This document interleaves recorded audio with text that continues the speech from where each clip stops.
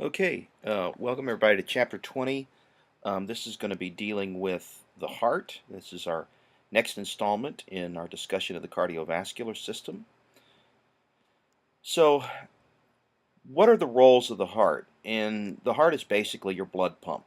It produces blood pressure, it routes the blood to the pulmonary and systemic circuits, it ensures that it only flows in one direction, and it regulates the blood supply by changing its cardiac output, which is essentially the product of the rate at which it pumps and the volume of blood that it is able to expel with each beat.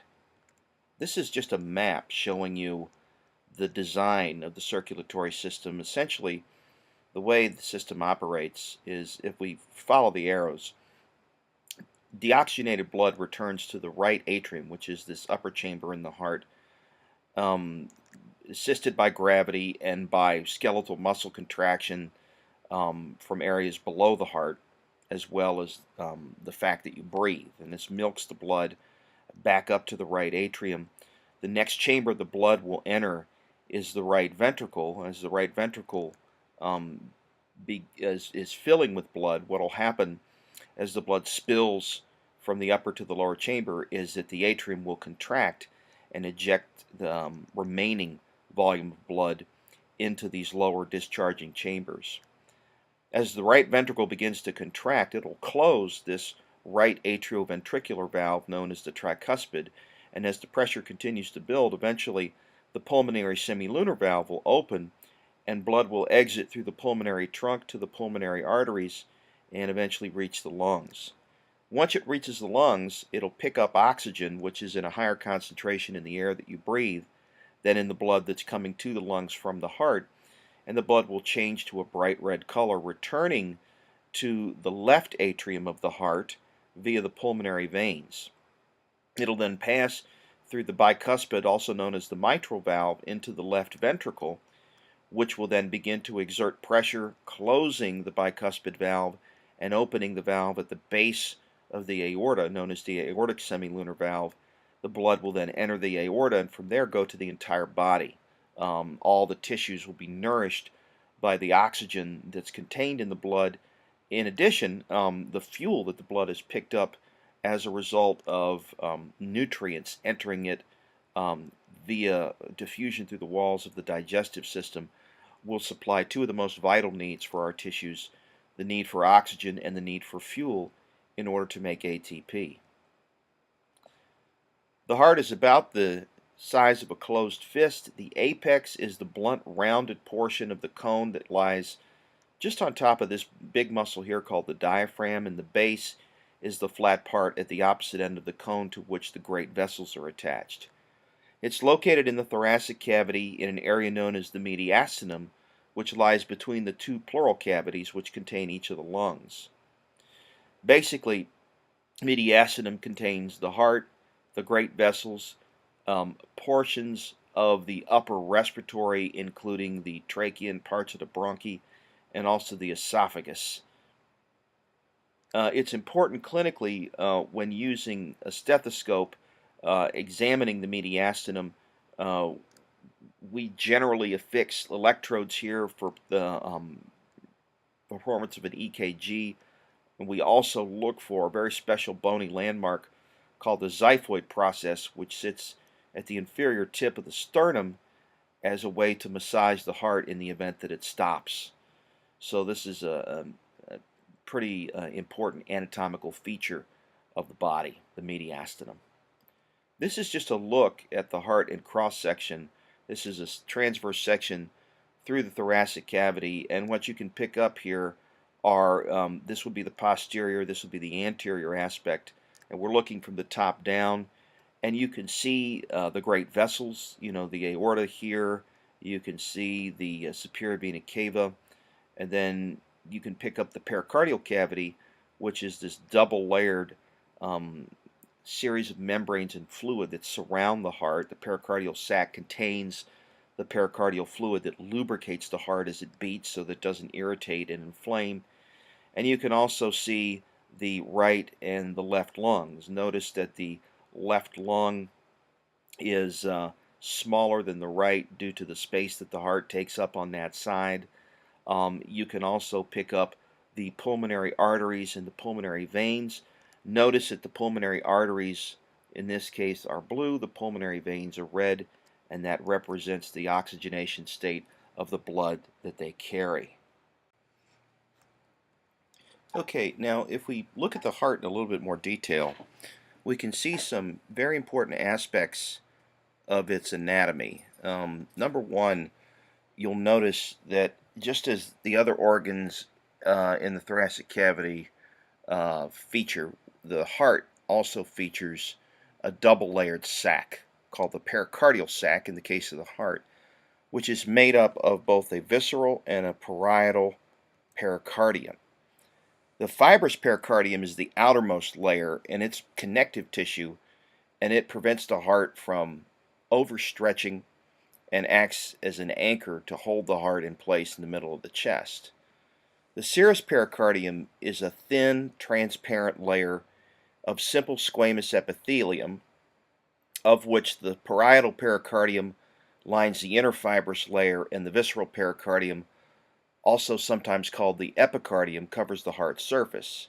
And what they produce is pericardial fluid. The pericardial fluid is a lubricant so that when the heart beats with its characteristic ringing motion, it doesn't irritate, inflame, and scar. Very important.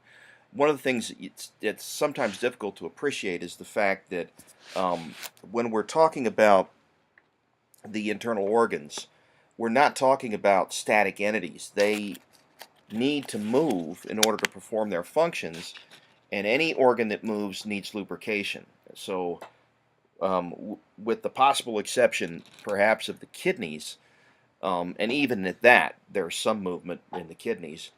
Every organ in your body moves, and as a result, every organ in your body requires this lubrication. The heart wall has three layers of tissue. The epicardium is a serous membrane, which is the smooth outer surface of the heart. The myocardium is the middle layer composed of cardiac muscle and responsible for the contraction of the heart. This is where the pumping power actually comes from. And the endocardium is a smooth inner surface, and it's lined primarily with endothelial tissue, which is going to repel the formed elements of blood. Okay, so it's slick in comparison to the erythrocytes, the white blood cells, the platelets that are all going to eventually find their way through this blood pump. The pectinate muscles are muscular ridges in the auricles and in the right atrial wall, and the trabeculae carneae are the muscular ridges and columns on the inside wall of the ventricles. Remember that the heart is set up so that it serves as a one-way blood pump. Blood flows in a single direction from the right atrium to the right ventricle, from the right ventricle through the pulmonary trunk to the lungs, back to the left ventricle of the heart through the pulmonary veins, from the left ventricle, or from the left atrium to the left ventricle, and then the left ventricle sends the blood out through the aortic semilunar valve to the rest of the body. This is all ensured by the presence of the one-way valves, right? The tricuspid and the bicuspid, which are the atrioventricular valves on the right and left side of the heart, respectively, and the pulmonary and aortic semilunar valves, which only open out of the heart, situated at the base of the pulmonary trunk and the aorta, respectively. But that pumping action is driven, of course, by the myocardium. And one of the interesting aspects of the myocardium is the fact that if we were to take myocardial cells and look at them under a microscope in the presence of oxygen and nutrients, what we would find is that they would beat on their own in a process known as autorhythmicity. The heart coordinates its beat as a result of the unique junctions that we find in cardiac muscle tissue, the intercalated discs, which feature desmosomes as well as gap junctions, the desmosomes serving as a functional seal between the cardiac muscle cells, and the gap junctions providing an ease of movement for electrically charged particles from one heart muscle cell to the next. And this allows the efficient and effective spread of an electrical signal in one direction across the heart wall, and eventually Um, it's going to move through the atria, down the atrioventricular septum to the apex, and radiate up the ventricular walls in a uniform fashion. And this wouldn't be possible without the presence of these gap junctions. This is just a look at the external anatomy of the heart. This is anterior view and posterior view. Note in the anterior view you can see the great vessels, right? The superior and inferior vena cava, which bring deoxygenated blood back to the heart. The aorta, which is the doorway to the rest of the body for the oxygenated blood as it leaves the left ventricle. And the pulmonary trunk, which is the doorway to the lungs for the right ventricle. The back of the heart features a large blood-filled area that drains blood from the heart muscle, and this is called the coronary sinus. It, along with the superior and inferior vena cava, drains into the right atrium. The blood that is pumped to the heart muscle is supplied by the right and the left cardiac veins, or right and left cardiac arteries, respectively. So the right coronary artery exits the aorta just above the point where the aorta exits the heart, and it lies in the coronary sulcus. It is smaller than the left and extends to the posterior aspect of the heart. And you can see it essentially wrapping around here and coming over to the back. The right marginal artery runs to the lateral wall of the right ventricle, and the posterior interventricular artery runs in the posterior interventricular sulcus, and it supplies the posterior and inferior aspects of the heart. And these are all branches off of the right coronary artery. The left coronary artery exits the aorta near the right coronary artery, and it branches into the anterior interventricular, in the anterior interventricular sulcus, and then the left marginal artery supplies the lateral wall of the left ventricle. But you can see both of these vessels sort of meet around in the back. The circumflex artery is the part of the left coronary artery that wraps around to the posterior aspect of the heart, where it's going to meet up with its opposite, if you will. You can see how the right coronary artery also continues around to the back side of the heart, and as a result, the entire heart muscle is easily perfused with blood. That blood is drained by the veins that bring the deoxygenated blood back from the heart muscle and eventually empty into the right atrium. The great cardiac vein and small cardiac vein drain the right margin of the heart. The coronary sinus empties into the right atrium, and there's a number of small veins that drain the remainder of the heart muscle. It's a peculiarity of the coronary circulation that the heart actually gets the bulk of its blood supply when the heart is between beats. So when the heart is squeezing and sending blood to the rest of the systemic circulation as well as to the lungs, that's actually a minimum for blood perfusion of the heart.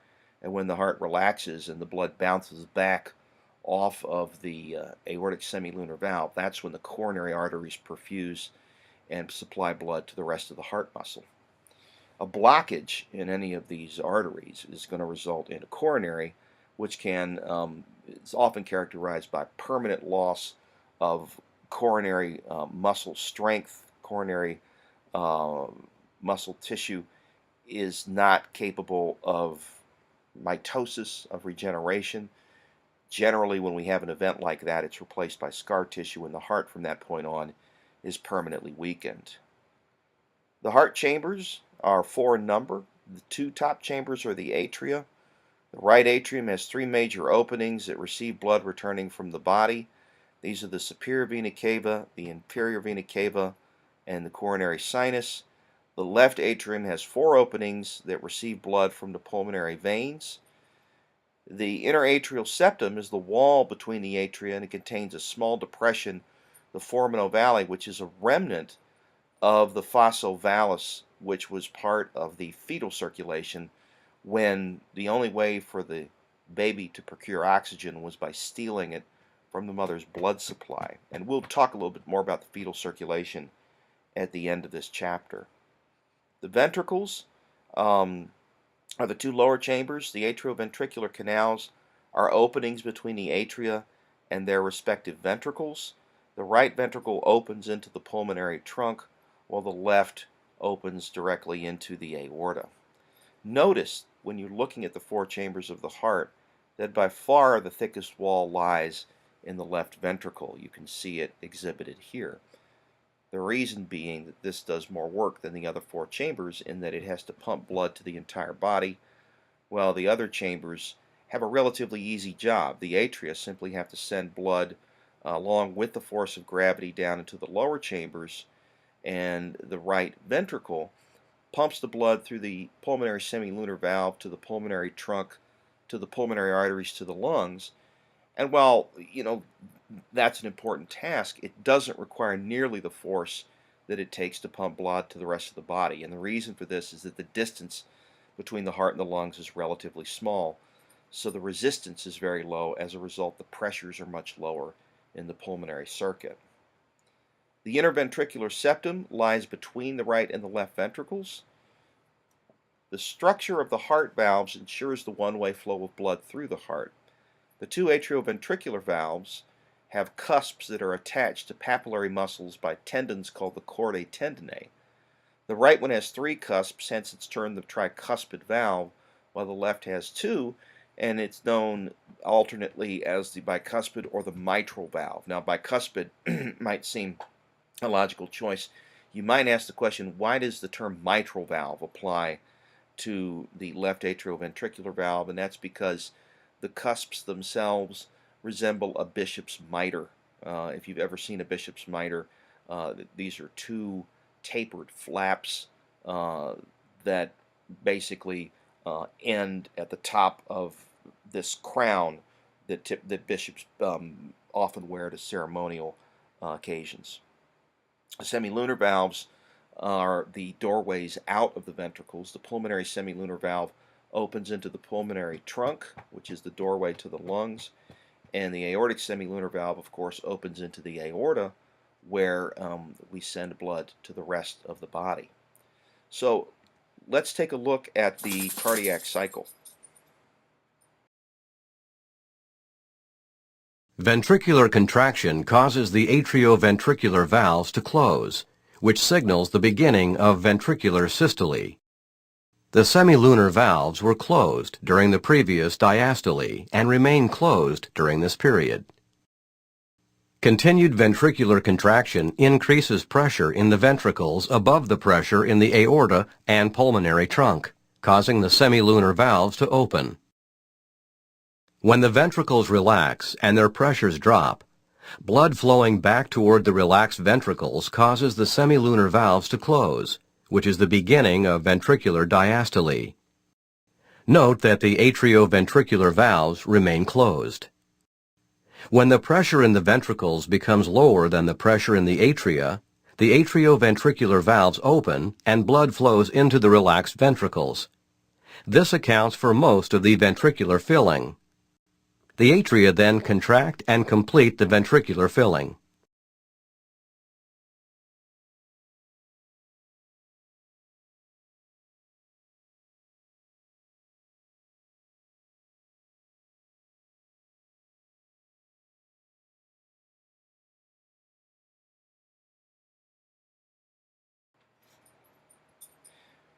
Okay, the histology of the heart is interesting because we have three distinct layers.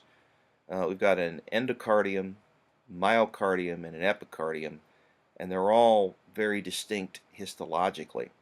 The heart skeleton is made up of plates of fibrous connective tissue between the atria and the ventricles.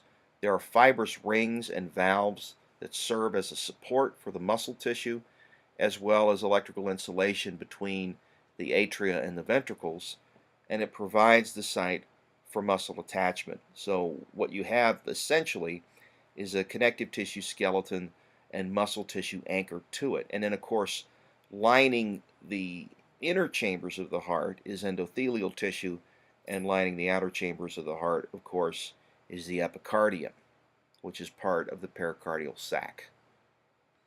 Cardiac muscle is unique. and that it is striated and involuntary and features these unique junctions that are called intercalated discs. They're elongated branching cells containing usually one nucleus per cell. The major contractile proteins are actin and myosin that behave as they do in skeletal muscle, so the sequence of events is basically the same, although um, the um, the amount of tension that's produced and the latent period are different in cardiac muscle when compared to skeletal muscle. Essentially, cardiac muscle has built into it an inability to fatigue, which is very important. The intercalated discs are the cell-cell contacts. They help the cell membranes interdigitate. The desmosomes are the tight junctions that hold the muscle cells together so when the heart beats it doesn't fly apart. And the gap junctions allow electrical movement between heart muscle cells. Um, Ions can very easily move from one heart muscle cell to the next, and with the movement of ions comes the movement of electrical signals. Electrically, cardiac muscle of the atria and of the ventricles behaves as a single combined unit. Because they're all connected by these gap junctions, what we have then is a rhythmic beating. If this didn't happen, if we didn't have this coordination of movement of electrical signals followed by the mechanical event of the heart, which is it's squeezing the blood, what would happen is that the heart would essentially vibrate or shimmy, and this is a condition known as fibrillation and is ineffective at pumping blood. The conducting system of the heart is unique. It's made up of some key elements. The SA node or pacemaker of the heart lies at the base of the superior vena cava in the right atrium. Um, it has specialized cardiac muscle cells that produce spontaneous action potentials. Basically, the cells of the SA node have a leaky membrane, and as a result, they periodically depolarize, resulting in the initiation of an action potential that will eventually spread across the entire heart muscle. The action potentials pass to the atrial muscle cells and then eventually are held up by the AV node, which is medial to the right atrioventricular node. It sits basically at the top of the interventricular septum um, between the atrial septum and the atrioventricular septum. If you can imagine basically the ventricular septum, interventricular septum being the long branch of a letter T, okay, the atrioventricular septum would form the top of the T, and so the AV node would sit right in the middle on the top of that capital letter T. Action potentials are conducted more slowly here than in any other part of the system, and that's to ensure that the ventricles fill with blood before they receive the signal to squeeze. You have to let all the blood spill from the atria to the ventricles before you engage in an electrical signal that results in the squeezing of the ventricles. If not, your cardiac output is going to be affected. The AV bundle passes through a hole in the cardiac skeleton to reach the interventricular septum. It then forks into the right and left bundle branches, which extend beneath the endocardium to the apices of the right and the left ventricles. Once there, it sort of bounces off the apex of the heart and radiates up the ventricular walls via a conducting feature known as the Purkinje fibers. After this depolarization reaches the atrioventricular septum, radiating up from the apex, the ventricles will then engage in systole. They'll squeeze and eject the blood. The right ventricle will eject the blood into the pulmonary trunk, the left ventricle, of course, into the aorta through their respective semilunar valves. What you're looking at here is just a chart showing you the electrical properties of cardiac muscle tissue. What we see is a series of events that essentially works by a depolarization wave that spreads across the walls of the atria, holds up at the AV node, rockets down the interventricular septum to the apex, and then radiates up the walls of the ventricles. And after each depolarization event, what we follow with is a systolic event, where initially what will happen is the atria will depolarize and then engage in systole. The next thing that will happen is that simultaneously the ventricles will depolarize while the atria repolarize, and then the ventricles will engage in systole and repolarize. And once that happens, all four heart chambers are expanded to their fullest extent. So if we look at the permeability changes and action potentials in skeletal muscle versus cardiac muscle, we see a stark difference, right?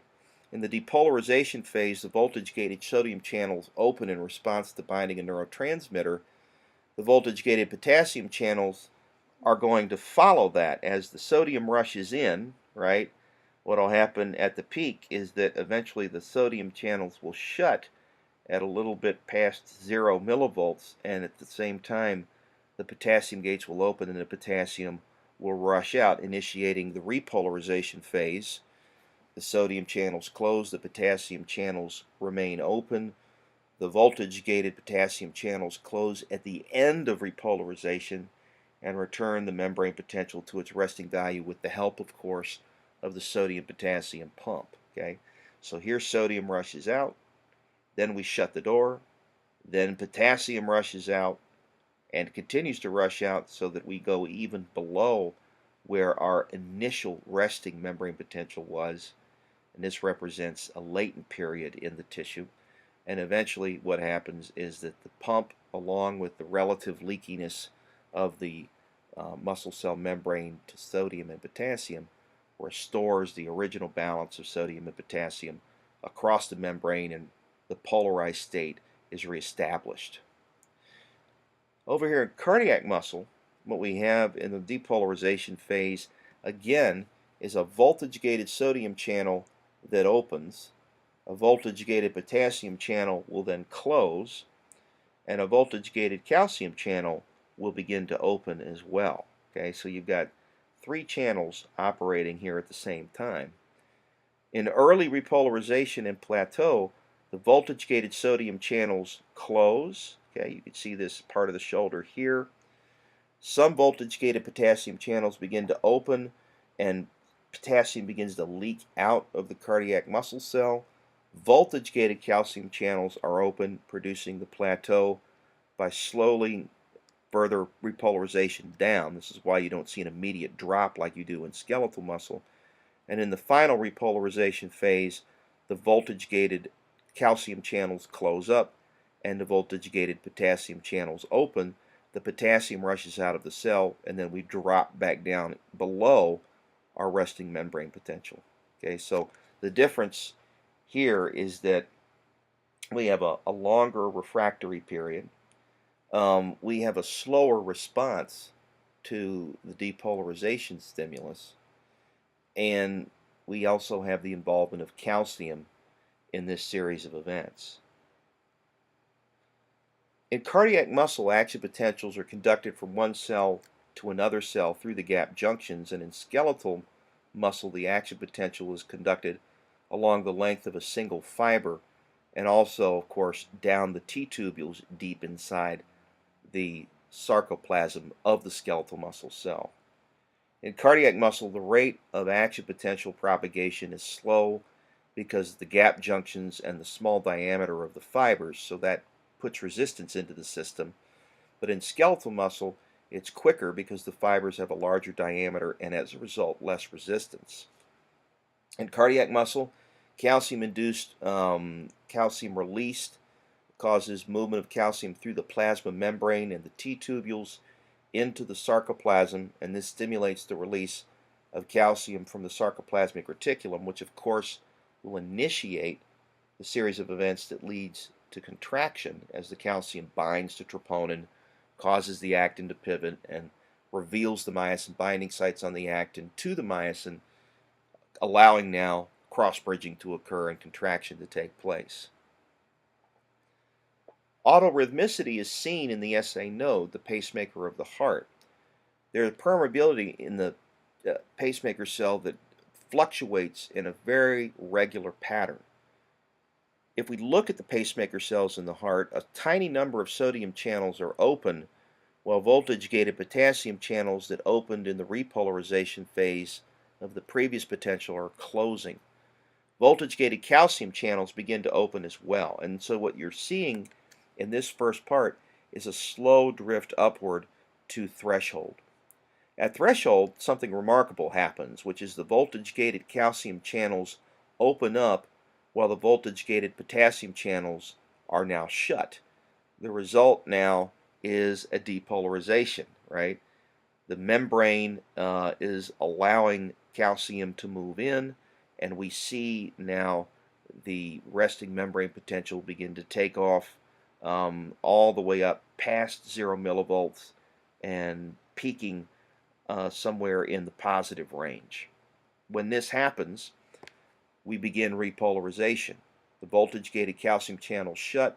No further calcium entry into the cell is permitted. The voltage-gated potassium channels open and the potassium rushes out. And again, in the repolarization portion of the curve, we drop below threshold and even below the resting membrane potential. And eventually, this all gets restored by the sodium-potassium pump and the relative leakiness of the membrane to calcium, sodium, and potassium. And then we await now the next spontaneous depolarization of the SA node cells. There are two refractory periods that we can refer to when we're detailing both skeletal and cardiac muscle. An absolute refractory period where no stimulus, no matter how strong, can induce another contraction, and a relative refractory period where the cell has reduced sensitivity to additional stimulation.